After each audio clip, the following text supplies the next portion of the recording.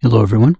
What I wanted to talk about this week is something that goes back to old stage shows.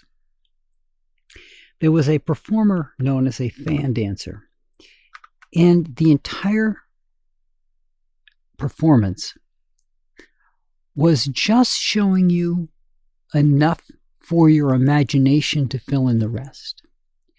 If you'll notice, that's what's done with a lot of movies. If you go back all the way to the shower scene at the Bates Motel, you'll notice that the blood in black and white was what was shown and not the actual murder, right? Teasing people and letting their mind fill in the gaps to imagine what they aren't seeing but they caught a glimpse of is the foundation for this type of performance. But as photographers, this is something that we can utilize as well. In that storytelling vein, if you think about it, and you're a boudoir photographer, you could, I know the big thing with boudoir photographers at this point is showing off more and more, right? There's an entire genre of nude photography. But what if you did things that teased and let the person's imagination fill in the gaps? Now, this might not be appropriate for the client if the client is the person who's having the picture taken, that they're doing this just for themselves and they want to capture how they look. But if it's something that they want, for example, Valentine's Day is coming up, and they don't want to show off a lot, but they want to tease things, then this would be something to learn from. Now, there's a lot of movies out there that you could go find this in, but if you can find old fan dancer performances, they could be fully clothed underneath, you wouldn't know. And that's because they moved the fans in such a way that it teased that they had nothing on behind it and never showed you if they did or not. They would just show you pieces.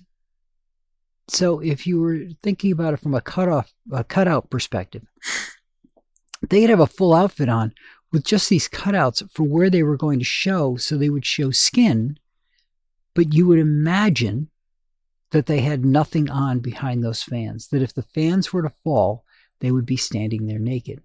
And that didn't have to be the case at all.